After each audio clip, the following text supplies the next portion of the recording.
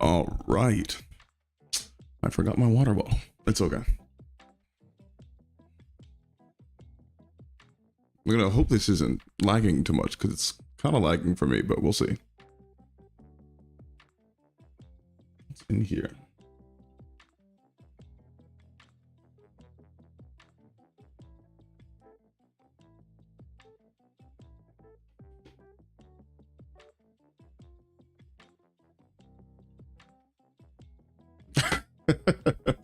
Also the best part of my day. Hey Basil. Is your name actually Saggy Queefius? Because if it is, that's amazing.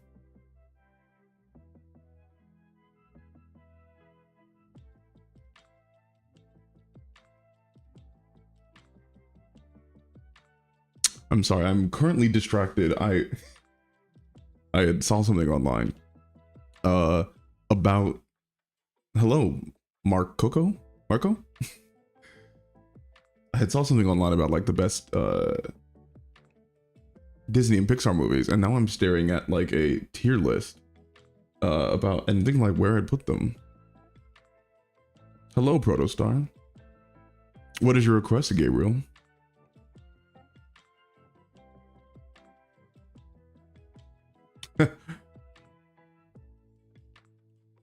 Sebastian, hi, how do you write books? How on earth can anyone ever make it happen?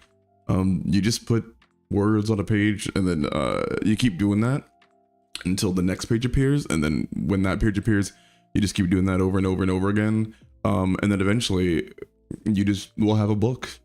Sometimes it takes years, sometimes it takes like a lifetime. But you just keep doing it. I think college helped me the most, not like writing books, but the idea and the concept of writing like huge pieces of writing, because like in college I had to write like an 85-page paper across like a semester. It was either 85 or 50, whatever it was a ridiculously long piece of work, and I figured, well, if I can do that I can write a book. So yeah, you just gotta get used to it. Like now writing 30,000 words is like nothing to me. And so 30,000 words generally is like 100 pages. Like, yeah, that's not anything to me. Do you have book recommendations about writing craft? Yes, I do. Of course. The one I always recommend to people is Story by Robert McKee.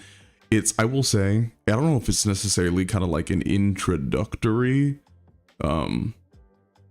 yeah, you do kind of just have to do it. I know that's not a that's not a great piece of advice, but you just kind of have to write. But yeah, Robert McKee's Story. I'll actually, let me see here. This is what I was looking at before. Let me see. Robert McKee Story. So this is the book that I read. That, I mean, granted, again, this isn't maybe like the best introductory book, but it is really, really good. It's what got me to be able to edit and whatnot. And then there's Save the Cat, which is another very famous one. And there's one for yeah, screenwriting, but it teaches writing principles as well. And then there is On Writing by Stephen King, you know, where he goes over the craft of writing. But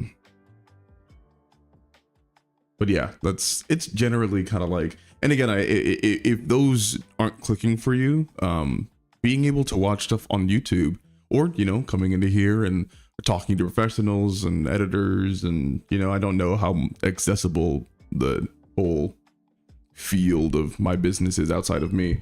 I'm guessing not very, but talking to people like that too can help. And then reading, just constantly reading other people's work, the people who have made it work and are good and have the craft down pat, seeing what they do successfully and looking at them with a critical eye.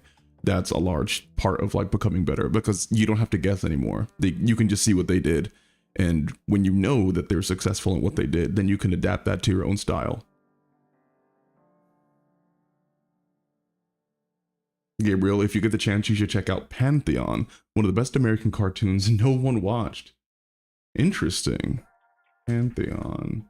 Oh. Is that a lizard? Huh. Interesting. So the funny part is, I have like, wow, 100 on Rotten Tomatoes. I have a side hustle that I'm doing, and I basically just like watch TV while I'm doing it. And it's not editing. It's it's like data entry and stuff. And so I've been meaning to find, is there like a full season out? Because if it is, this is perfect. I was literally like, oh, I need to watch something today. So yes, I'm going to mark that down on my list of things to watch. So here. And this is my book. For those wondering how to write books. My list of things to do keeps like getting deleted, so I'm just gonna put it on a document. Here we go. But yeah, I'll literally probably watch that like after this, because I was gonna do some work. I'll probably be working a long time tonight just to be able to. I want to put out a video before I go to Texas.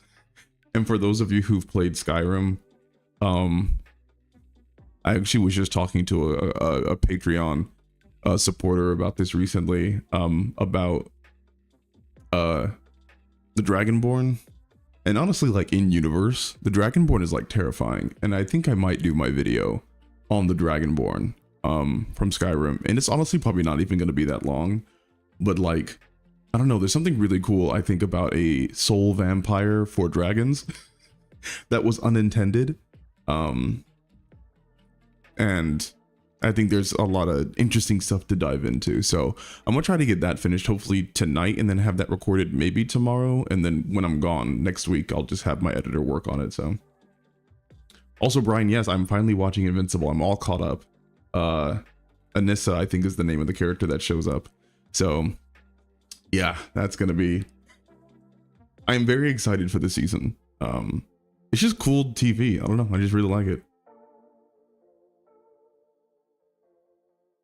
Foof. Oh shoot, never caught one of these. It was so early, love the content. Well, thank you, Foof. Sebastian, my problem is that I've always wanted to write, and I'm just too scared of the idea that it might require some degree of work. You know what, that's always the worst part. I don't know if I could show you. So like, and for anyone else who's interested, where is it? So like, a page for me, I mean, generally, I'm gonna say, it takes me roughly an hour to write a page. Sometimes it takes me 2 hours to write a page. And so like, this first chapter, oh gosh, I don't even know how long. I mean, it's 5,000 words. And so this is 15 pages, right? Like manuscript pages. But I will say this one took me probably like 3 or 4 tries to get right. I was just constantly going back and forth and deleting and all that kind of stuff. But it really is just a marathon. You think about it as a marathon, and I'm not done with this book, like not even close. Like I've showed this previously, but I am on page 666 and I still have another probably 200 pages to go. But you just keep going, you know. I wake up every day, or I try to, and you just keep writing, and eventually you'll be done. And this is like my 6th book. I'm writing like my 6th and my 7th concurrently. My other books are not this long. This is like 3 books worth of material. So, but yeah, you just keep going. Sometimes you wake up and there's a book on the counter you don't know where it came from. Exactly. You just get like this random book that has your name on it, and you send it to a publisher, and you make all the money, except you don't make all the money.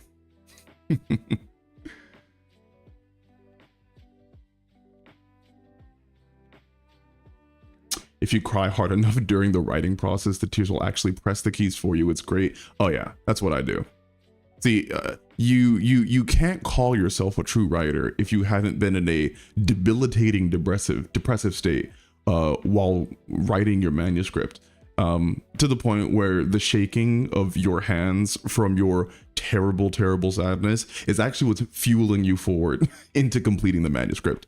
That is like the first initiative checkbox that you have to kind of like check off to be able to call yourself a writer. And only then will you be able to get agented, because they ask you that question immediately once you query them. It's just like, have you had a total complete breakdown during your phase of writing, instead of going to therapy? And the answer has to be yes, Of course, that's how I create the greatest writing, when I'm screaming and slamming my head against the wall. I'm just totally serving on the cool down. Exactly. Yeah, we all know it. I don't have to explain it here.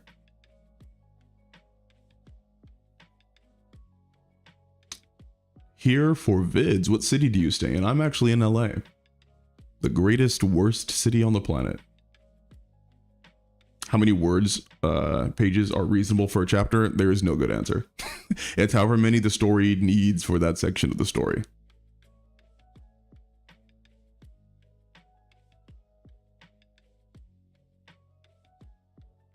Basil's online. I recently realized that I have no inner poet. I was asked what killed Annabelle Lee by Poe, and I answered hypothermia. My mom just stared at me and said, sure, if you want the most boring answer. I mean, like, not every, there is, I think, a cultivation of the poetic eye that can happen in any person. I mean, you aren't born poetic. Babies aren't quoting Beethoven or I mean, they can't quote Beethoven, but friggin' babies aren't artistic, and neither are any of us just naturally. You kind of have to learn to bring it out of you. Favorite story theme related to identity issues? Thank you for the $2, M3D. Favorite story theme related to identity issues? I mean, here's the issue. If you guys want something, a hot take, which is of course why you come here instead of enjoying your time some other place. Truly, I think that 99% of all stories are about identity. I think stories just naturally are about characters trying to become true to themselves, or staying true to themselves, or they're trying to make the world reflect a reality that better caters to their true self. I think pretty much every single story, and it again, it can change and waver, but for the most part, it's just like a person trying to discover or solidify or change who they are. And in that sense, almost every story becomes about identity. So if I was going to pick a theme around identity issue, I think one of the ones that fuels me a lot is, just because I'm very interested in it, is the non-black and whiteness of morality when it comes to identity, right? So like this idea that simply because someone exists in a group that you have preconceived notions of doesn't mean that you actually understand their experience, and your identity separate from them ultimately makes it so that you can only be like, even in the best case scenario, really sympathetic to who they are, up until the point where you make the effort to understand what is motivating them, and why are they doing the things that they're doing. Now, this is not to say that, like, if we take it from like an allegorical fantasy perspective, that like the freaking, elves should be going out and trying to do like kumbaya circles with the orcs, because, I don't think you have to bend over backwards to try to like make friends with your enemies. But I think so many stories are black and white in the sense of there are good people and there are bad people. And we don't have to put a lot of effort into understanding the people that are different than us because they're not a part of our in-group. And in-group is about identity. Like shared groups is all tribalism. It's identitarianism. And that kind of stuff, again, is so innate in stories that a lot of the times you're not even going to really think about it. Like there's so many layered things on top of that, that identity doesn't really even get discussed. It's kind of like one of those like, I'm going to say almost like baked in parts of storytelling. And I like stories that kind of like investigate that, because now that you have to again understand, like every single villain or every single person that's on the opposite side of you.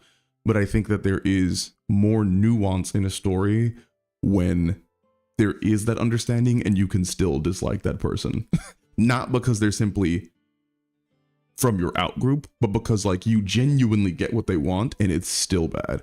I think that's really cool. And to me, that makes like a 3-dimensional character that's understandable.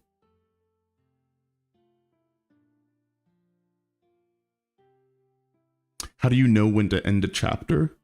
So this is one of the things that's talked about in Robert McKee's book.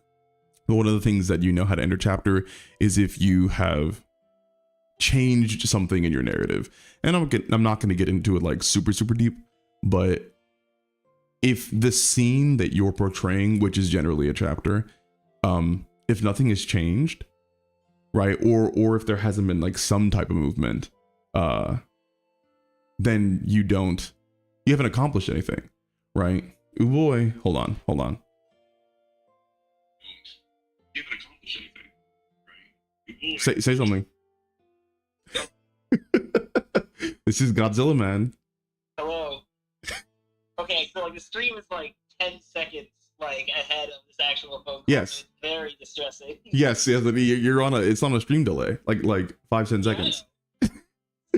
Still disorienting. Uh-huh. I just wanted to call and message you because it's funny. Okay. Well, you're very unfunny in front of like a lot of people. Be funny. Okay, you lost your chance. That was my good friend and former editor, for all you people who don't know. That was the guy who like edited my videos and pretty much like saved the channel for like a solid like year and a half. Who I lived with and who taught me how to edit my own stuff. So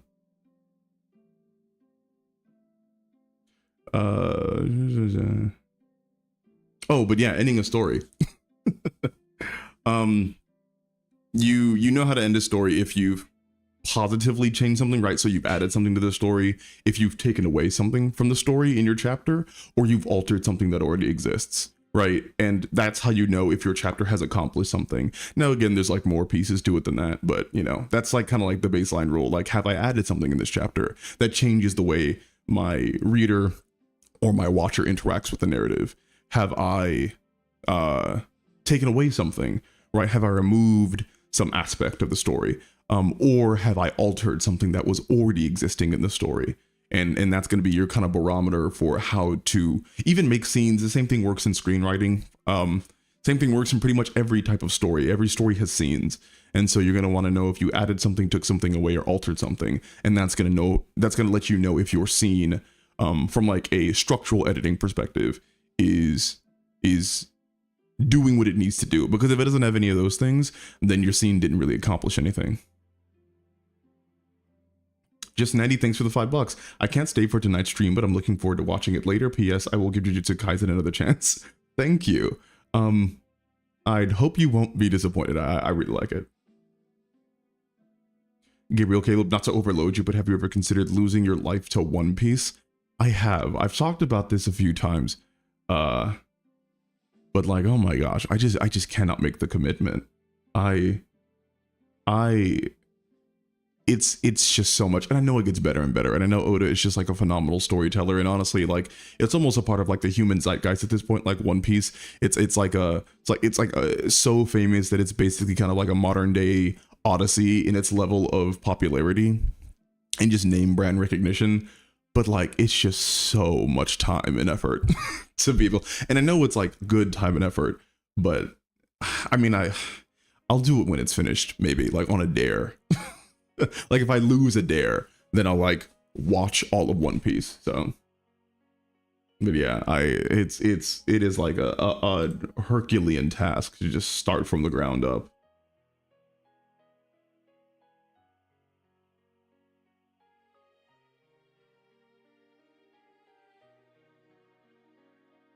Starburst, thanks for the $2. Advice on structure of a novella versus a book. That's an interesting question. So I've written both. Hello, Miniman. I've written both, and I mean, it depends. So novellas are, I think, like a bit easier to talk about because they're a bit more constrained, because a novella really is like between 10,000 and, I mean, 40-ish thousand words. Once you get to 50,000 words, you're just writing a small novel. I'm pretty sure the first Harry Potter book was like 65,000 words. So well, yeah, once you're getting around like the 40,000 word mark, you're getting out of novella range. But there really is no difference between structuring a novella and a full-fledged novel. The only, I think, like fundamental structural difference from, like, you know, a narrative standpoint is how fast you have to move through some of your points, right? Your plot points. Because if you think about it, if I have 300 pages to tell a story versus if I have, you know, 100 pages, the size and complexity of my story must be different, because I can't tell the same complexity of a narrative in 100 pages as I can in 300. Well, I guess technically you can, but I would not advise doing it because it's going to be incredibly difficult. But that's, I think, the difference, is that, like, understanding how many things you can actually cram into a novella. Because a lot of people read novellas for their simplicity. They're a lot more digestible. They're like one step up from a short story. And short stories are very much written to be able to tackle kind of like one theme and one conflict. They're not like ensemble tales, or like Game of Thrones, right? Where you have multiple different characters representing multiple different kind of like outlooks. Usually novellas center around like really one or two, maybe three characters all engaged in like the same conflict. And because of that, you're not going to have kind of like the wide varying adventures and, you know, different scopes. You can do anything you want in your own story, more power to you. But generally, that's also how you can consider how long your story needs to be. Like, how many words, how many pages, how many chapters do I need to be able to properly give justice to this tale? And once you figure that out, then everything else is pretty much the same. Because like you can use any structural, you know, like act structure that you want. You can use a 3-act structure, a 4-act structure, a 5-act structure, 10-act structure, whatever it is for a novella versus a traditional novel.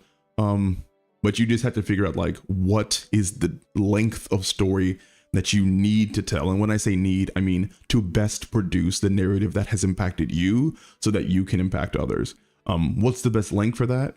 And once you have that down, you pretty much can write it just like you'd write a regular length novel.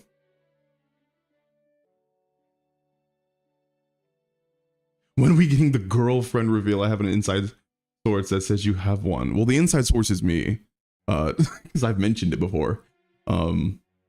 And I don't know, that's kind of up to her. Hyperhouse Homie, what's the first YouTube video you remember watching? Bro, I'm almost 30. I don't remember the first YouTube video that I watched. I don't even remember the first YouTube video I watched today, you know.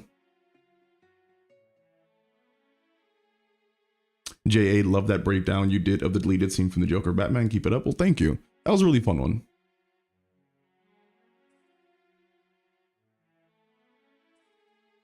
I mean, it's kind of up to me.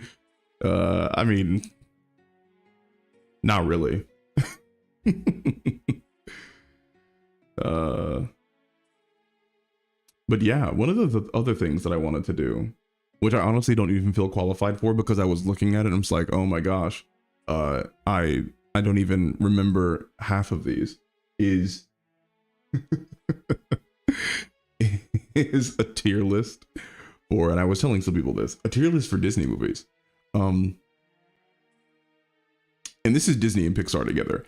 And I'm like looking at these and I just realized now that I legitimately like don't even remember probably like a third of these. It's so weird. Pretty much, okay, everything from The Little Mermaid on, except this.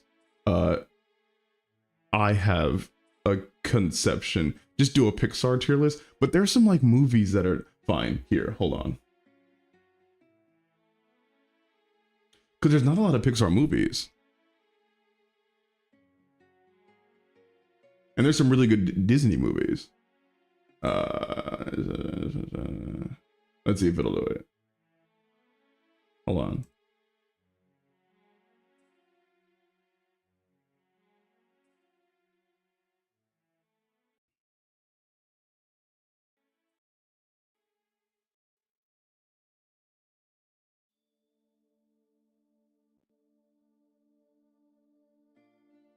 I guess there's like a decent amount.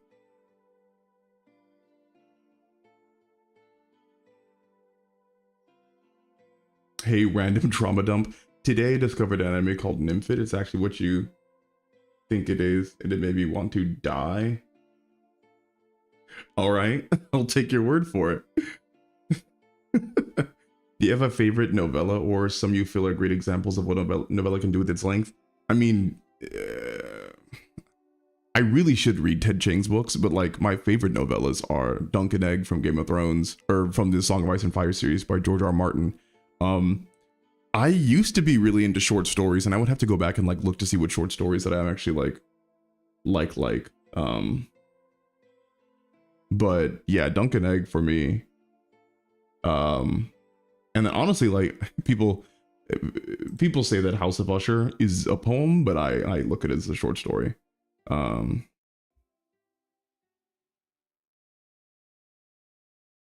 of these, have you made a dive video about witty dialogue, but what about clumsy, lame dialogues like between Brick and Adrian and Rocky 1? So I made a dialogue dive about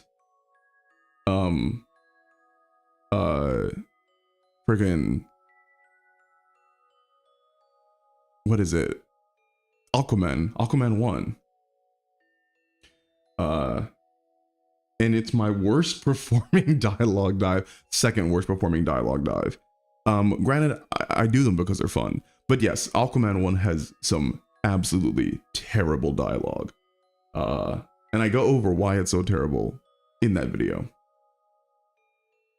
As an Australian, thank you for streaming at a good time for us. Love your content. Keep up the amazing work. You're really my favorite video essay analyst. Well, thank you so much. Cartoon Crush tier list. Well, unfortunately, no one knows my Cartoon Crush, and I'm not going to make a tier list from scratch. So that may not be able to be done today, but I'm interested. The ones that I can do, I will do, because we've constantly talked about Disney and Pixar movies here, so I might as well just do this and see where I land. And for all the ones that I don't know, everybody else here who can chime in on to help me out for like where these things should be placed. And I don't think this is going to be that controversial, but we'll see. So Wally,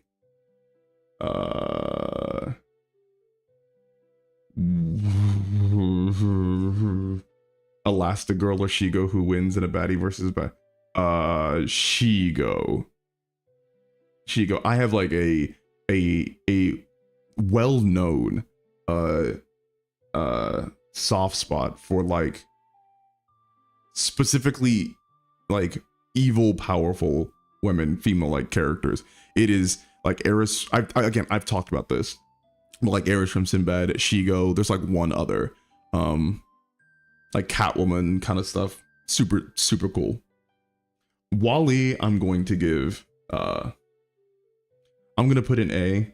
I honestly might put Wally in S. Simply, it's like it's the first one, and Wally's just really freaking good. I just personally, even though I really like, I understand why the intro is so slow, and it's basically just kind of like a silent film. I think that's the only thing that brings it down. Yeah, soft spot. The only thing that brings it down, from being an S for me. Everything else about it though was like really freaking cool. I love Wally. Up is easily an S. I don't really have to like even argue for Up. Up is just like a phenomenal movie that it takes a lot of risks, I think. Raven from Teen Titans is probably your number one cartoon crush. Not even close. There was something about there's Raven is too much of a teenager. And even when I was a teenager, Raven was like too much of like a teenager to be like attractive to me. I don't know. It was like very strange. I've noticed most of the like fictional women that I've attracted to are like women, even from like a young age. Like, I guess Felicia Hardy, because like Black Cat, maybe she was a college student. I'm not sure, but like definitely not Raven. Although that would probably be a good guess. But yeah, Up, super easy. I mean, like it was an S movie just from like those first few minutes.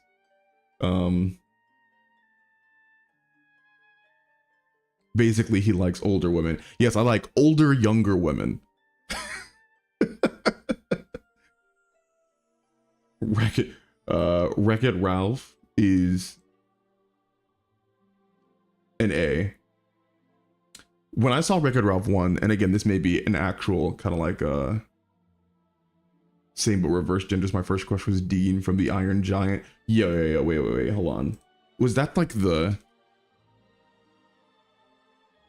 Was that the, yeah, I can see it. I can see what, is this a freaking pony? All right. The pony community can never be stopped. Fun fact, I was 4, forgive me. I think that was the way that you view Dean was the way I viewed, I think when I was like 5 or 6, it was, I think like my real, even though like I had a whole video about like how Sinbad was like my sexual awakening, it was really Jasmine. And it was specifically Jasmine captured by Jafar. It was specifically this Jasmine when she was put in like the freaking I remember being like 5 years old, I think, or like 6. When did this movie come out? Oh gosh, Aladdin. Hold on. Aladdin. 1992. Yeah. So I probably watched this movie when I was like 5 or 6 years old. And I remember just being like, wow, I really like looking at her. And I don't know why. And yeah, you know, it's but yeah, I can understand it. Dean's not bad at all.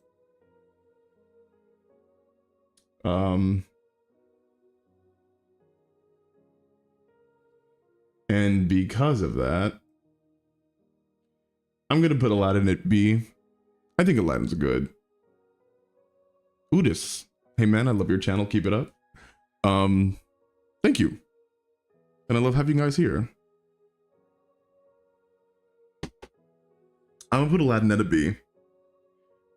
I probably, yeah, a B.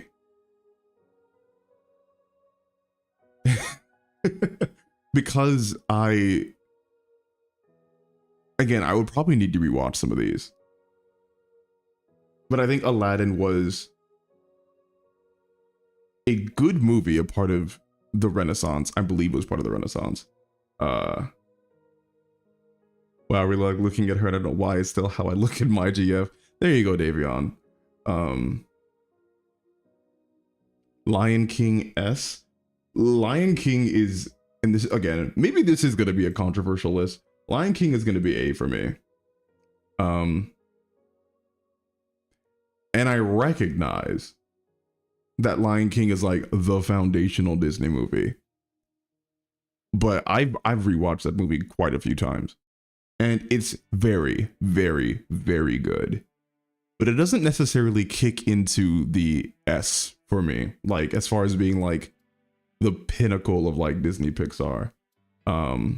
Game of the Lion is better than Lion King. Never seen it. Yes, Up is S. It still makes you cry. Yeah, it's just so good.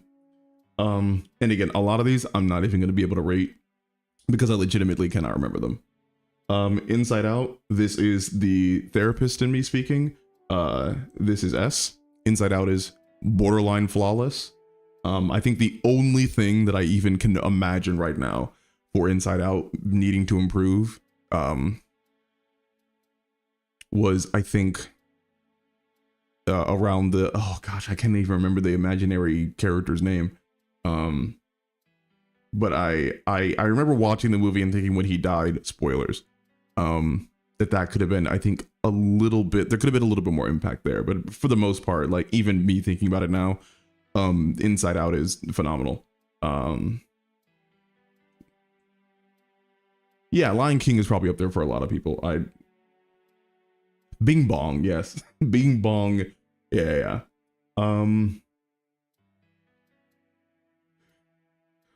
Onward gets a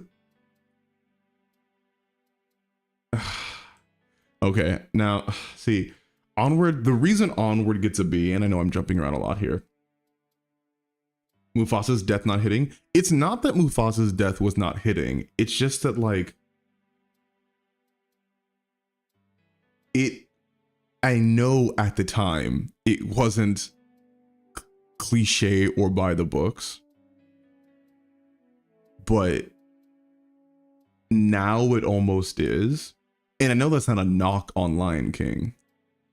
But it doesn't impact, and you guys are gonna realize that like the movies that for me, I'm trying to look at this both objectively and subjectively, right? So the objective writing of it all is, you know, from my editor's brain, and then the subjectivity is how much I personally enjoyed it and how much it personally vibes with me.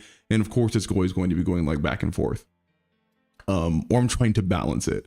But like Inside Out and Up and the rest of the movies that I'm going to put in S are ultimately about like very dark and serious things, but framed in a way that like is very accessible. And not that Lion King isn't, but I think Lion King is less about the Mufasa death and more about Simba's coming into his own, like the coming of age identity. And I'm just not like a huge fan of like coming of age identity stories. They're fine and they can be really well done. But like Mufasa's death was simply like the catalyst, right? It was the technically kind of like the inciting incident for his whole journey and then him overcoming Scar and all that kind of stuff. But like Inside Out and Up are like fundamentally about the darkness that the characters experience. Like, you know, freaking Up, Carl just never recovers from, well, up until the movie, never recovers from the death of Ellie. And his whole thing is that he wants to like just live as a recluse hermit on a faraway land. And then, you know, freaking little boy's name, the cute little boy, is it like Marshall or something like that? The Lion King is basically just Macbeth, yeah. But yeah, he Russell, there we go. And I always think of Russell Crowe, but I think that's really compelling. And then it's really his grief and his trauma that compels him all through Up and moves him. And then Inside Out is, you know, the existential crisis of these emotions, trying to like make sure that the girl that they inhabit and they love, you know, lives a healthy life. And of course, again, me being a therapist, I think it's like a really cool representation of all the kind of like things that goes on in the human brain. So these movies, and again, like every review should be like kind of subjective, but these movies are kind of like the things that I think about as far as me being interested in them, and that brings them into S, because I can always recognize when something is well written. Like the reason I put Onward as a B is because I just think it's like and maybe I'll make a video on it, like just structurally it's just so well made as a movie. It goes like beat for beat, and it's not like fantastic, and it's not bad at all. It's still good. It's better than a C. I think it's a little bit worse than Aladdin, and obviously these tier, I'm gonna have to like order these tier lists. Oh gosh, that's really hard. Yeah, I think they're in order for me right now. Best moment out of all the Pixar films. I mean, that's really hard. I mean, maybe Up's beginning. Oh gosh. That's a really good question. Yeah, maybe if you best being like most well written, that may be Up's beginning. Hercules, I'm going to put as an A. I really freaking like Hercules. I really, really like Hercules. It has some of the best music for me. You know, growing up in a Baptist church around black folk and having like the freaking, what is it, the muses be black, just like a choir of black women, was such a like, can you imagine, like, you know, you go to an exec at Disney and you're just like, yeah, we want to have a chorus of singing in the story about a Greek god, and they're like, yeah, of course. It's like, yeah, and we want it to be a bunch of black women singing like gospel. And like just the balls to even propose that, and then not only for them to accept it, but then just have it work is just so great. And I think the Motown Muses, yeah, I think the story of Hercules too, is actually really, really cool. Megara is also a character who is in the same vein for me as like Shigo and Eris. I was always like in love with Meg. And then I think, you know, freaking, oh my gosh, who was Hades? Was it, it's on the tip of my tongue. He's Wood something. It's, you guys know Hades. It's, but his voice actor always did, like, he did a phenomenal job. But yeah, Herc's story about, again, identity, because almost all these stories are about identity. And then learning to be the hero even when he had no powers, I think is, you know, really cool. And then his godhood and divinity. James Woods, yeah. He's just all awesome. I just really like Hercules. It's not even like that much better, I think, from like a fundamental standpoint than Aladdin. Did you sing in the church choir? So the school that I had to go to, or the school that I went to, I should say, had all the kids sing in chapel from, I left when I was in 5th grade. So we all had to sing. And so that's how I was like initially instructed on singing, because it was a Baptist school. So it was like a church and a school mixed together. Fun fact, the same directors who did Hercules did The Princess and the Frog, and Hercules was one of the first Disney movies to predominantly feature black women, if not the first. Yeah, very cool. And I, you know, kind of think about that. I think Hercules may be more influenced by my nostalgia than anything else. Not that if I rewatched it again that it wouldn't be good, but I definitely recognize that that was one of the reasons I liked it so much. Is because it like sounded like something that I could get into, because it sounded like something that I was raised with, because I was. Someone asked about Bolt, and I honestly cannot remember much about Bolt. This was the Miley Cyrus movie, right? Like this was the one where she was the voice actress. Okay, I need to pick one. The Little Mermaid's gonna go in A, because it's just so freaking pretty. Like if you guys go back and like watch The Little Mermaid again, they were like balls to the wall with a lot of these animations in The Little Mermaid. Like this is borderline an S movie for me, even though I know from like a writing perspective, there's so many things wrong with The Little Mermaid. Like why she couldn't just like write a letter to Eric, or, you know, X, Y, and Z. It's, I think, just such good kid animation that it almost like, again, good writing covers a multitude of sins. And here it's almost like the opposite, where like it's, the story in and of itself is almost so poetic. Again, skipping over any of the possible, not only story problems, but possible misogyny that may be in that early film. But yeah, it's just it's really really really good. Oh no, a memory just resurfaced. I wanted to be one of the Hades henchmen for Halloween when I was 5, and my mom made me a Teletubby instead. Perfect. I could imagine your mom didn't want you being like a demon as a 5-year-old on Halloween. That probably wouldn't have went over well. Ooh, ready to see like my most controversial take? Everyone hated this movie, like absolutely hated it, but I thought it was good. I thought The Good Dinosaur. I think The Good Dinosaur is like right at a beat. Can I drag this? Yeah. Unironically, I think the back half of The Good Dinosaur is legitimately really good film. I cannot excuse like the front half, aside from the dad's death, of being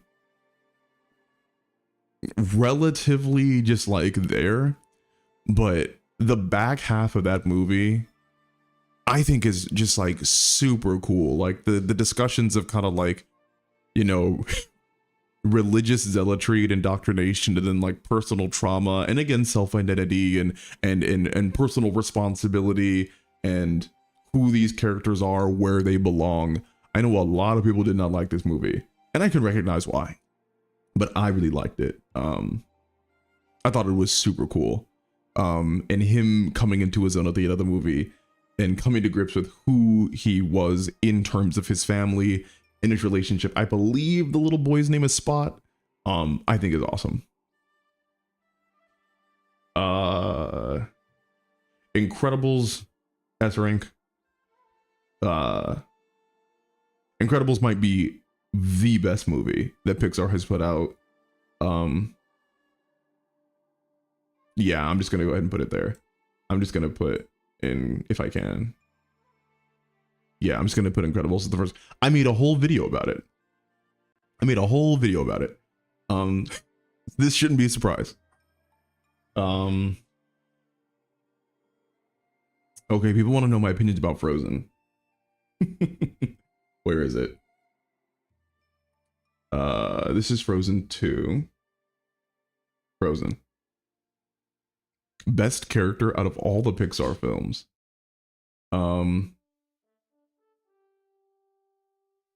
Ooh.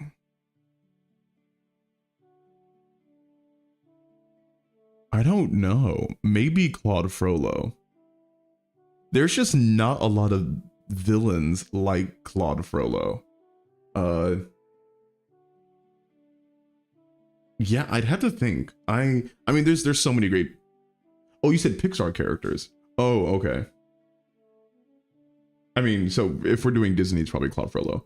If we're doing Pixar, I would have to think about that. It might be Mr. Incredible, but I'd have to see. I can't remember off the top of my head. But yes, Frozen. Lord Farquaad, yes, the best Pixar character, Lord Farquaad. But yeah, I am gonna do. Yeah, I told people Frozen. Where's Frozen? Okay, so Frozen is going to be an A for me. The Underminer, yes. Frozen is going to be an A for me. And again, I have not seen this movie since 2013, I believe. So it's been quite a while, and I haven't even seen Frozen 2, so I'm not going to be able to rate it. So people are going to have to do what they will with it. But the reason that I think Frozen 1 is that high for me, aside from like Adina Menzel being so just freaking phenomenal with and creating, I think, one of the most iconic Disney Pixar songs of all time, is the fact that like I'm just a sucker as both a writer and an editor for any story that can deviate from kind of like the beaten path. And I think that Pixar, well, really more Disney than anything else, because Frozen is not Pixar from what I remember. I think Frozen is just Disney. It is the step away from the formula that Disney had presented for like, at that point, what, like 2-3 decades, if not more, probably more, with the whole like princess prince love romance come together in the end. And they've had so many iterations of it. But like in Frozen, with the sisters kind of like realizing in the end that they don't need you know, a love interest to be completed, and they kind of have each other. And again, I think there's a lot of like feminist perspective, like, you know, social egalitarian theory around kind of like the powerful nature of their decision. But if we just look at it from a narrative perspective, it's just really cool that like a major, like hyper famous Disney movie was able to tell a story that took the chance to subvert not only a widespread trope within the genre, but the trope that it had established through its own previous fictions. I think that's really, really cool. And to do it in a really, like, I think interesting way. Because the name is like Hans, right? And because I remember Shafil made a whole video about this. And even though I would probably have to rewatch it over again, I think it's cool that we have like our main character, what being like, because Elsa's pretty much the villain until Hans takes that role in the end. And that's of course when you have like your consolidation of friendship and emotions with the two sisters. Great animation. Can like bad writing look phenomenal? Yes it can. Great animation covers a multitude of sins, in the same way that for anything written, great writing covers a multitude of sins. Now it can't fix everything, but I think Frozen benefits from being super, super pretty, sounding super, it's just super artistic. It sounds super well. And then it has, I think, like a pretty cool, like, message about what it needs to be. Elsa was originally supposed to be the villain. The designs are super neat. Yeah, I think there's a lot of creative stuff that they're like trying to do. So yeah, I think I'll put Frozen as an A. But again, take a lot of this with a grain of salt for the ones I haven't seen, or at least in a while, because I would have to like revisit them. Can I come in and rate the ones you aren't familiar with? Sure, if we get to that point. Let's see.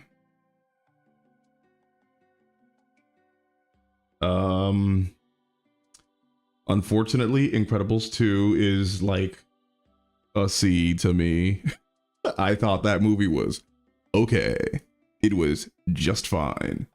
Miniman, we have a Discord server. You get access through Patreon. But yeah. Common mistake. Hans isn't the villain, the parents were. I mean, again, I haven't seen that movie in so long, but all I know is that there's like that secret reveal. I'm broke, never mind. It's okay. But yeah, Incredibles 2 was just like fine. It wasn't a bad movie at all. But I think the real disappointment was that, you know, they had made maybe the best animated movie of like the 21st century, and then they followed up with like an okay movie. So you know, it was fine, and I'd be surprised if anyone argued against this. Like it's just an okay movie. Soul I'm going to put as a B. Again, this is the same kind of like thing, the same reason I like Frozen. Oh, I'm mostly making a joke about the parents instilling a bad mentality in their daughters. Hans totally like, okay, just making sure. It's hard to get sarcasm sometimes through YouTube chat because, you know, it's chat. But yeah, Soul was, and again, I made a whole video on this too. It's just super cool that they had the character get everything they want, and then not be happy, right? A subversion of the trope, a climactic subversion of a trope, is always going to get me, especially if it's like a more ingrained trope. Like that is like, that's my, like the good stuff to me. I really, really like that.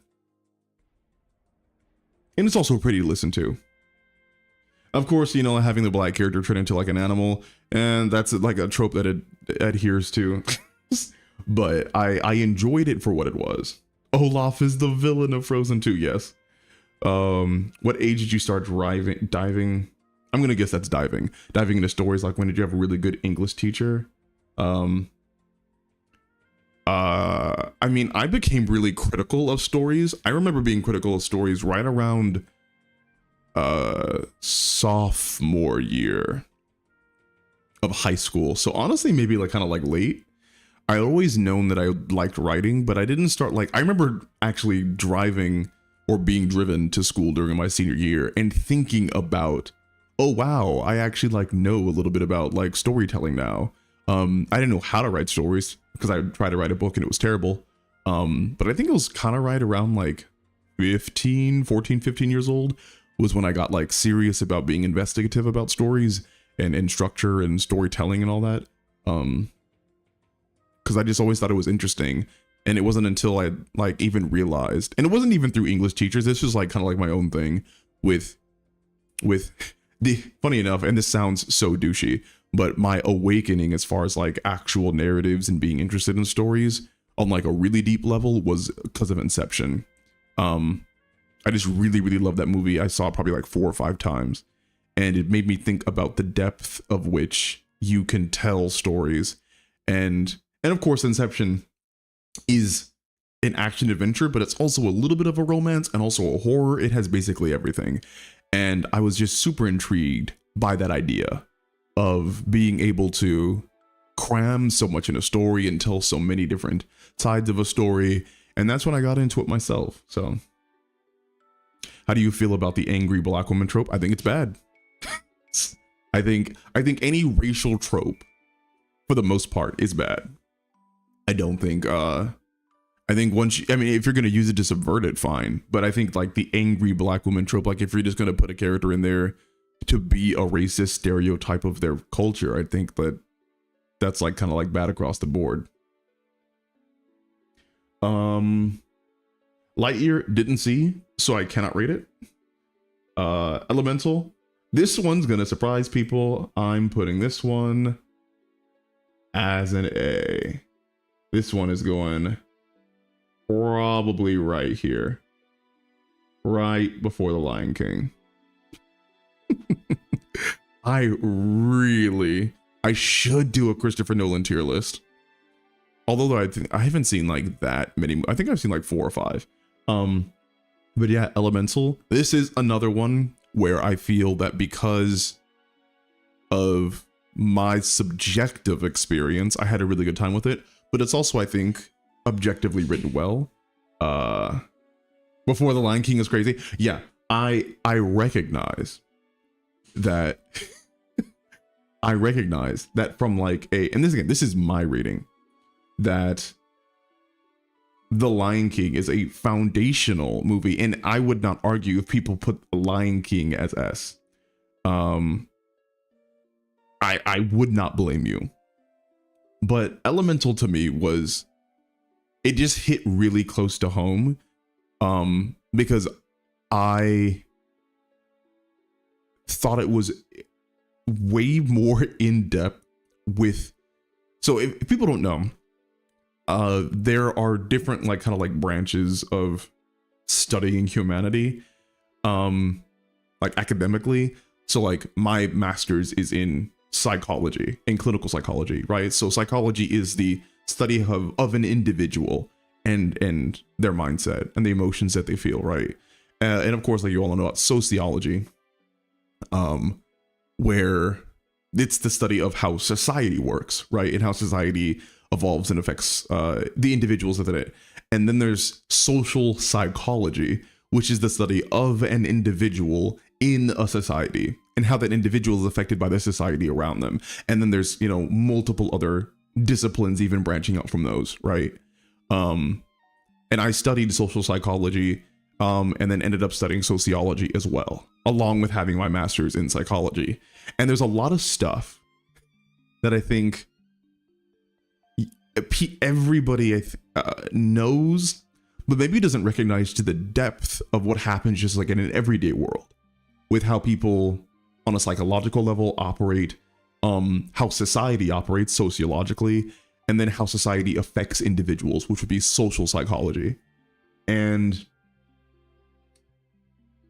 Elemental is probably one of the coolest movies from like a sociological and social psychological perspective that I've like seen in a while, from like the details that it was able to put in. And a lot of this again is like me being able to appreciate things from my own subjective kind of like viewpoint, but the story that it was able to tell and the accuracy that it was able to depict the characters in them being from either minority communities, and of course like being allegories for like real world minority communities, or you know, like established communities within a society that have certain privileges and advantages over people who came in later, or the expectations for you to adhere to certain cultural things, even at the sacrifice of your own, or the fact that there was like no villain, and like the villain was just like kind of the reality of living in this society that necessarily wasn't made for everybody. And again, like the whole star-crossed lovers, Romeo and Juliet type thing as well, which I think was done relatively well, considering that a lot of it was based in a lack of cultural understanding between the two, and not simply because of some like animosity between the two families. It was just all, I think, no pun intended, a breath of fresh air for a lot of the concepts being discussed. And that was really cool to me. And I recognize, again, it is not perfect. There are things that could have been done better in that film, but a lot of Elemental, and a lot of people aren't going to appreciate all that kind of stuff, right? People who are just going to see like a fun, cool movie, aren't going to like be looking at like, oh yeah, like what were the waves of immigration doing for like the social cultural evolution of this city, and how did the construction of the city based on the second wave of immigration affect the third and the fourth wave, and like how are people living in like slums, and how is like the slum living or the disenfranchisement affecting their own like cultural mentality about how much work that they have to put in versus being it. You know, they're not going to do that. I'm going to do that because I was literally taught to do that. And it spoke to me in ways that I didn't think it was going to. And for that, it surprised me. And I put it at A just because of, I think it was made for immigrant and ethnic families. And it was made by immigrant and ethnic families. And I think that's really cool. And a lot of fiction, I think, speaks to people on a personal level. And again, it's not for everybody. And I don't think fiction necessarily should always be made for everybody. But when it works for the people that it works for, I think it's really cool. And that's why for me, like Elemental was way, way better than I thought it would be.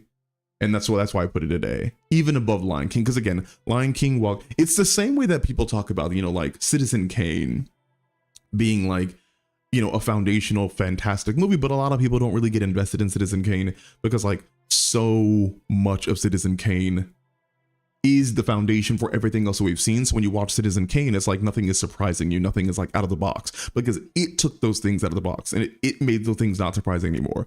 You know, like it has the unfortunate circumstance of suffering from its own success.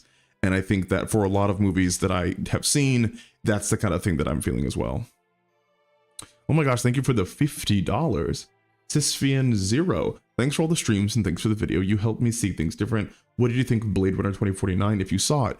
I have not seen all of Blade Runner 2049. I really want to, because again, it's a Denis Villeneuve movie and I love Denis Villeneuve as a director. I watched like an hour-ish of Blade Runner 2049 when I was on a plane, and then I fell asleep because I think it was like 1 a.m. or something, and I wasn't able to see the rest. So I really do like, I want to rewatch it again because I remember liking what I saw. Because of course, like, it just visually is really cool. But I cannot give you an answer on that, but I do want to see the rest of it. You really put my thoughts about Elemental into words perfectly. I couldn't agree more, and I feel so validated hearing that. Because barely anyone talked about it positively. Yeah, again, I think Elemental is one of those movies where if you get it, you get it. And if you don't, you don't. Like, again, the reason it hit so close to home personally for me, is because funny enough, I have a friend who is the daughter of Korean immigrants, who is in a position where she basically has to take over her family's restaurant pretty much against her will. She had to move from California to another state, give up on her career that she wanted, and she was responsible now for continuing her restaurateuring family. And that's literally the plot of Elemental, right? Like, it was very genuine to the experience of a lot of immigrant people and a lot of ethnic people, and how they experience a society that was not built up for them, but still relatively, like, you know, is accepting of them, but it isn't catered to them. And it's not, I wouldn't say anyone's explicit fault, but sometimes that's just reality. Like, no one, I think, was, you know, truly, maybe I'm forgetting, but truly bigoted in Elemental, but that didn't stop people from still not being able to succeed, or being set up for the success that other people had before them.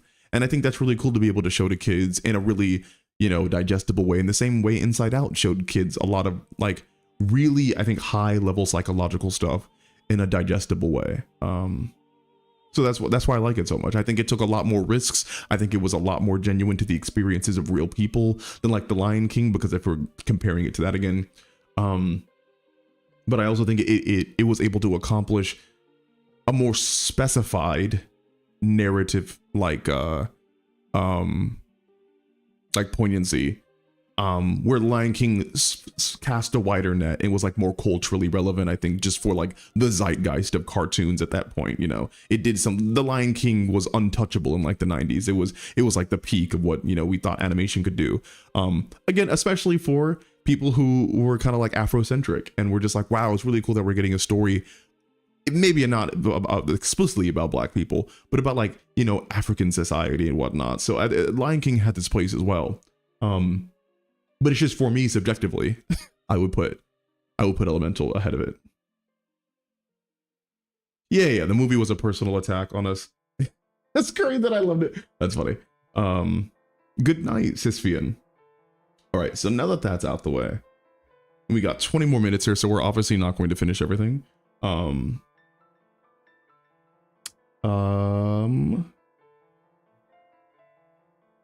well, I can't do Cars too. Okay. Another hot take. Super hot take. Super duper hot take. Super duper hot take.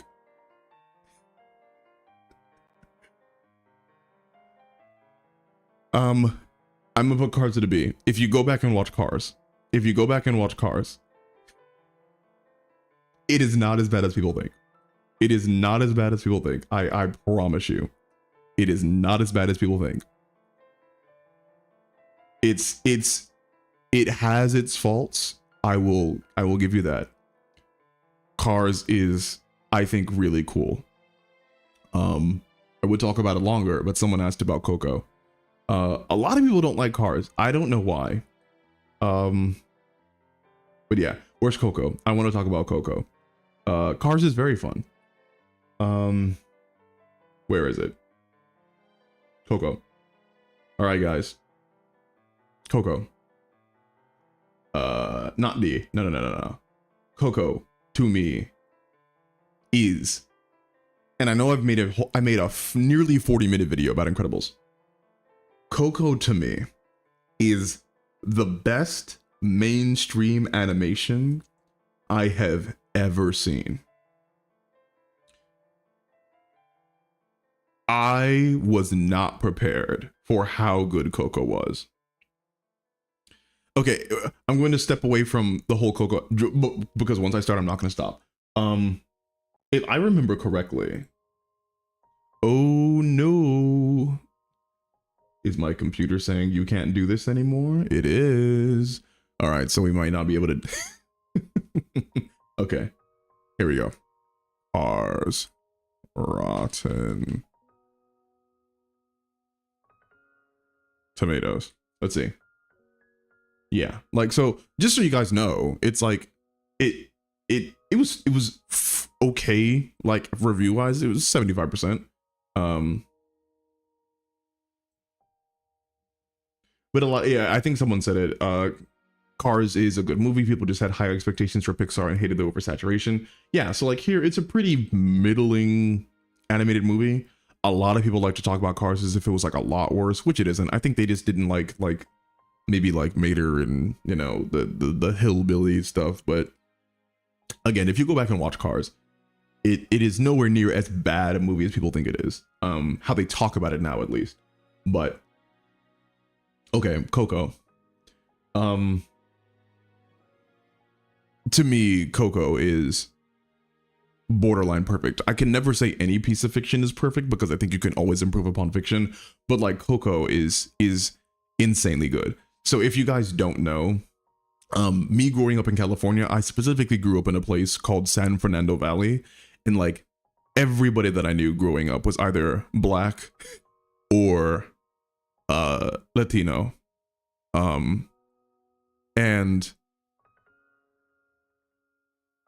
being and it was mostly Latino, actually, being inundated in that type of culture, and a lot of it was Mexican, but being inundated in that type of culture made me think a lot of this stuff was like natural.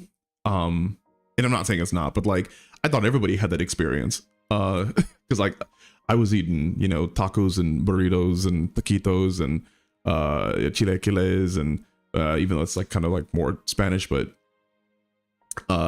you know, and listening to Spanish music and dances, and, you know, eating Lucas and talking about using like Spanish slang and all that kind of stuff. I would never obviously claim it as my own culture, but I was just like, oh yeah, this is how people grow up. All my friends were pretty much bilingual. And I learned a lot about how, at least in as much as I could, like Mexican culture and heritage. And again, it's in the video that I made. And being able to see that again, because I moved away from all that when I went to college. And really, honestly, when I went to, it was in high school. I switched high schools, and I met a lot more white people. A lot more white people. And then I went to high school and then college and met even more white people. Yeah, San Fernando Valley. And being able to see Coco and the representation and celebration of Mexican heritage was just really, really cool. And then on top of that, it was just a gorgeous, gorgeous, phenomenal movie. Like just brilliantly executed. Because so many people in California and across the country, because I've been across the country a lot, they like have this, I think, perception of Mexican culture in Mexico itself that is like, you know, dirty and uncivilized and whatnot. And a lot of that comes from the fact that people that I think haven't either been or only have perceptions of, you know, the people from what they see on TV and stuff like that. Hey, Fish Joe's Corner. But that's not the case at all. And I think the movie does a really cool representation of like Mexican people and Mexican culture. But then it goes even further and it creates like one of the most like heartbreaking, emotionally intimate stories that I think Pixar has done. And for all of that to come together, especially for me, like in being able to appreciate everything inside, like wrapped up like a bow like that, to me, it's their best movie. I love Coco. I think every story beat hits. I think it is a lot about identity, still, like every story, but it's about love that extends across generations. I think that's a super positive message. I think that it's like this idea about not only finding out who you are, but finding out like the heritage of your family and your culture, which again is super huge in Mexican society, and then a lot of Central and South American societies is about kind of like this cross-generational familial bond that you have that isn't as prevalent in a lot of Western societies. And and this idea of being able to, you know, like not just hold on to who you are and what your family has been and what they've been through, but to also make a new way for yourself and to let go of the past traumas that have helped to create the culture of your family, but to also keep your mind open for the things that can happen in the future and to get closure. You know, I think it's just there's so many cool things that happen with that movie that I honestly just can't even really get into it all at once. But I think it's just phenomenal. And I honestly probably should watch it again at some point. It's one of the I've only cried like once or twice. I've cried twice from what I remember from movies. But Coco was like the closest that I've come to like crying a third time. At the very end, obviously with Remember Me. It's just so good. So I put it as an S. And that's my TED Talk for Coco. Golden Age. Which Pixar scene is more sad and compelling? Remember Me scene from Coco or Up's first 10 minutes? I'm going to have to go with... So, sad is Up's first 10 minutes. Compelling is Coco, Remember Me. Lydia Holland, we analyzed Coco in my screenwriting class, but we never decided what the third act, when the third act starts. What's your opinion?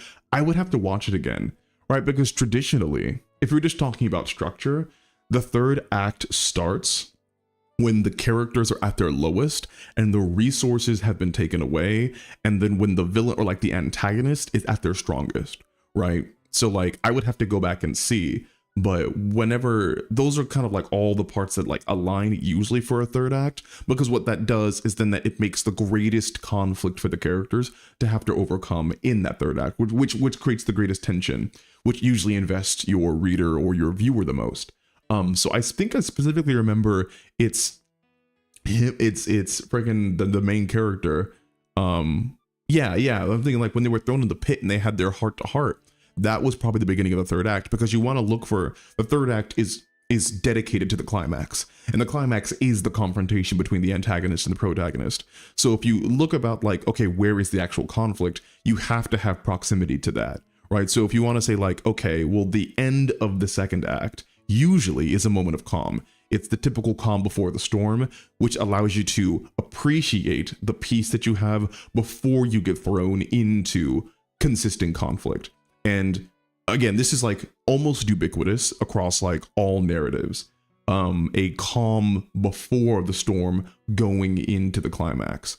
And I believe it's really the pit where I think they discover their heritage and like kind of like their relationship to each other when they then go, I think, to, and they promise to be able to take down De La Cruz. Because I think he's performing or something like that.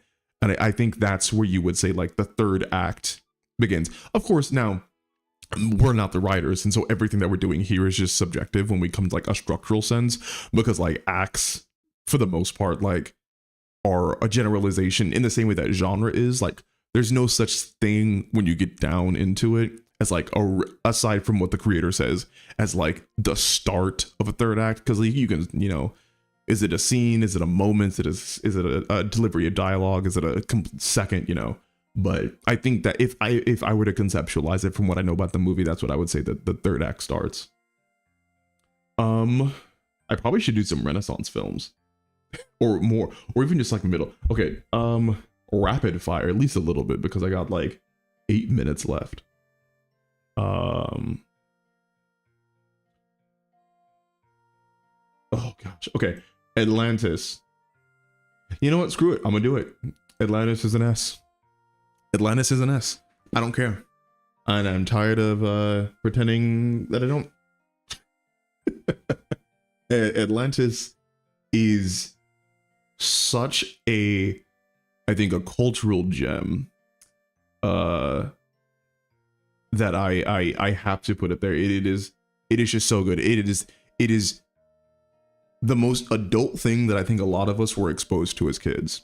And I think it succeeded where a lot of people would have thought it would have failed.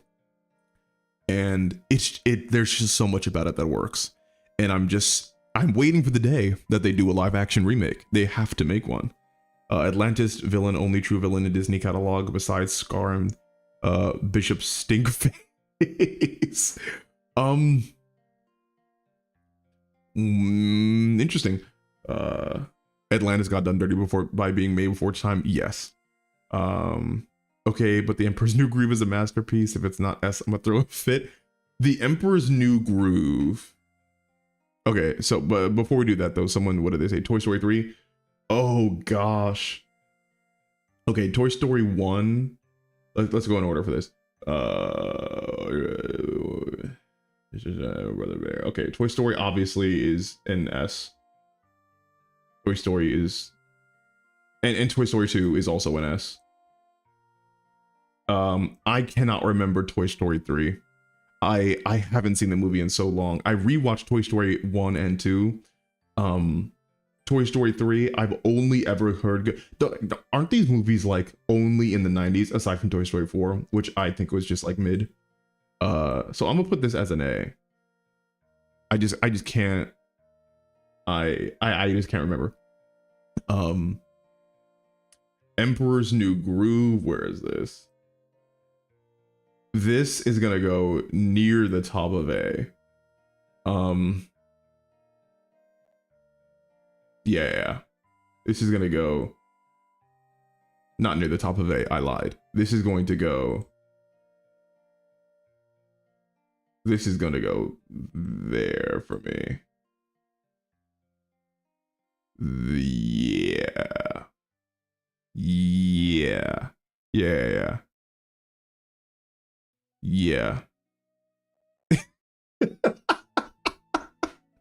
It's still really good. I don't know if I could put it above Hercules. And I don't know if I could put it above Lion King. Yeah. But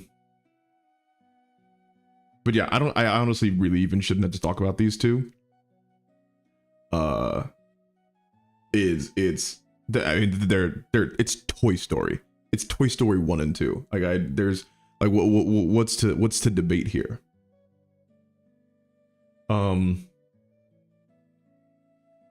Pocahontas gets into A literally just because of Savages.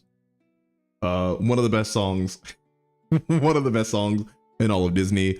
I don't even care that there is so much wrong with this movie. The Savages alone gets Pocahontas into A. Is that literally the same thing for Hunchback of Notre Dame and Hellfire? It is also, if I can do it. Nope, we'll see. Yeah, it is also in A. A racist bot, but about exactly. Lilo and Stitch is. Oh, Lilo and Stitch is so good. Lilo and Stitch goes here for me. I rewatched this for a video. Didn't realize it went so hard. Lilo and Stitch is like, people forget that the Stitch was like literally made to be like a psychomaniac, like a world ender, that like could get no empathy and no reason. And it was like pretty hardcore. And then he just turned into like a cute little dude. And who can appreciate that? And then like Nani's taking care of her freaking sister because both her parents are dead, and she's trying not to get her sister taken away by like child support or protective services. It's all just so good.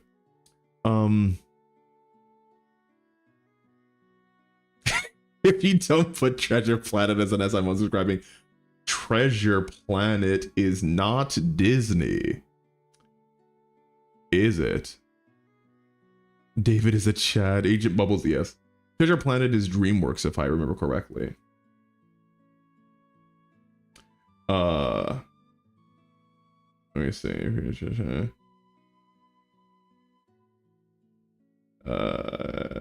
Okay. Sorry. Donald Deluxe, thanks for the $10. Hi Savage. The disappointing thing about Margot Robbie's Harley Quinn is that they never give her good material to work with. Why not have Harley show remorse and regret for the time wasted with Joker? So we're just going off in a completely different direction, aren't we?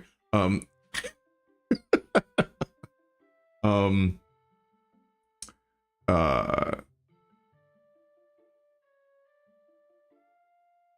the thing I'll say for Harley Quinn very quickly, I have hardly show remorse and regret for the time we wasted to it. I don't even know if she's like, that's the thing, maybe I would have to watch it again, but if we're talking about the animated series, she just still wants to be a villain. Like, I'm pretty sure she's not like trying to not be a villain. She just wants to be a better villain. So I don't even think it would make sense for her to be regretful.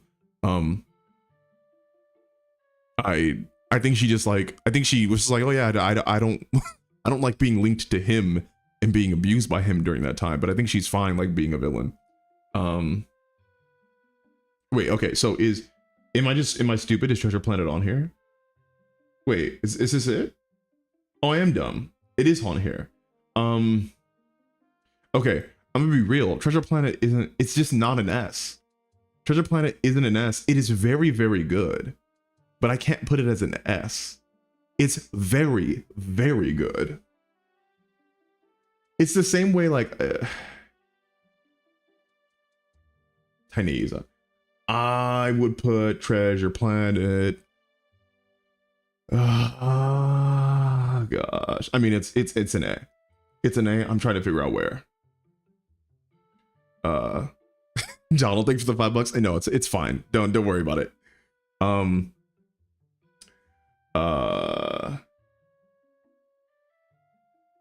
I really like. Don't get me wrong. I really like Treasure Planet. I really like Treasure Planet, but I'll put. I'm just gonna leave it here. We'll decide placing, but it is an A. It is, to me, the only reason Treasure Planet to me isn't like an S is because, again, it doesn't like, it deals with identity, but and the identity is like, you know, it's Long John Silver like realizing who he is in relation to, I forget the main character's name. It is good. Not sure if I could put it above Muppet Treasure Island though. Who cares? Very funny. And so I like the kind of like dissection of like masculinity and fatherhood between Long John Silver and Jim. Yes. I think that's really cool. I don't necessarily know for me if I will put that on the same level as kind of like the emotional kind of like deconstruction and conversations that are happening in these movies, right? To the depth that it is. It's still very interesting. And again, this is subjective. But it's I think different for me. All right, I'll do a few more. You can't go harder than a freaking sci-fi surfboard. I raise you a giant crab leviathan that's indestructible, made out of ancient metal that literally kills anything that comes near it. I take that over a flying surfboard. Turning Red is a B. Monsters Inc. is A, and it's really good A. So I'm gonna put Monsters Inc. Screw it. I'll put it above Hercules. Ratatouille is an S. Ratatouille is an S. I will admit it. It's really, really good. It's Finding Nemo is also an S. Where are you? Dinosaur is an A. I love that movie. I love that movie so freaking much. Finding Nemo's an S.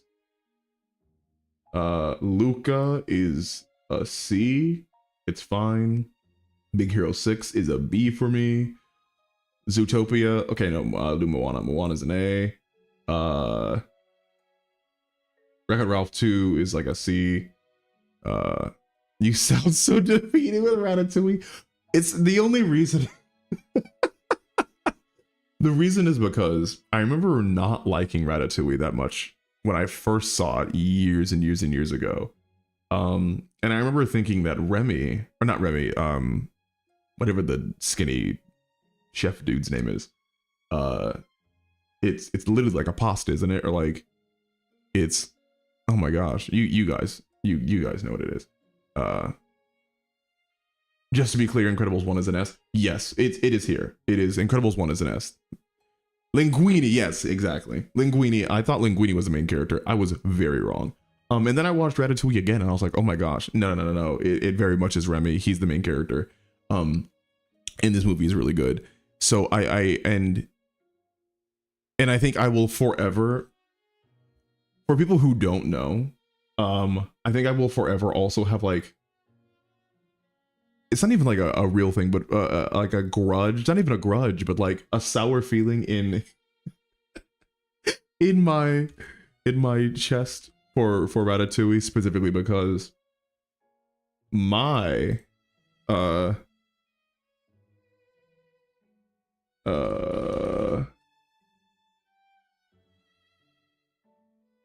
my Incredibles breakdown, where I talk about Pixar's actual best movie, has 1.1 million views, and Shafrilla's has 9.7 million views. And so like that's why I sound defeated about about Ratatouille, is because I can never touch the rivalry is I quite literally talk about Shafrillas in the video. Like in this video that I made, I talk about him in like the opening minute. So there will never not be a little bit of a tinge of jealousy. And you all can tell him this. If any of you are subscribed to him, you all can tell him this. I aspire to get such ridiculously high views about nonsense animation as that he does. But yes, where are we?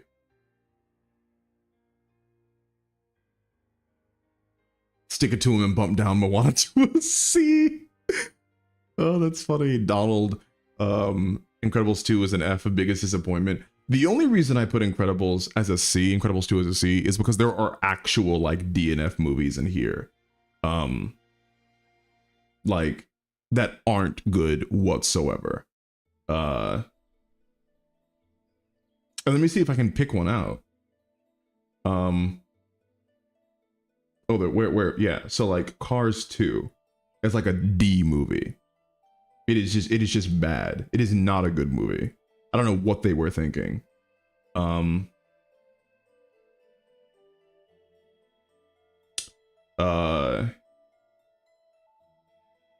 What else? I haven't seen so many of these in so long. Yeah, I didn't see Wish. I didn't see Raya. I didn't see Lightyear. Toy Story 4, I'm gonna put it like the bottom of C. I just didn't like it. MU. No, you were correct. So Meet the Robinsons is a banger. Defaults. That's not a hot take. Put the entire Cars trilogy on it. Guys, here it is. This is unironically. So Donald, you weren't here for this, but I was talking about how people hate Cars. And everyone's like, people don't hate Cars. I've never seen Cars hate or slandered. I was like, no, guys, it's real. It's on the internet. Like, people actually, they don't like Cars. It's not as bad as you think it is, but people don't like Cars. Thank you for validating me. People really don't like Cars. Tarzan is an A movie. Is this the first one? Yeah, Tarzan is an A movie. I'm not going to put it in any specific order anymore because the last thing I expected from Savage Books was a live stream of a tier list. Hey, you know, you gotta keep it spiced up.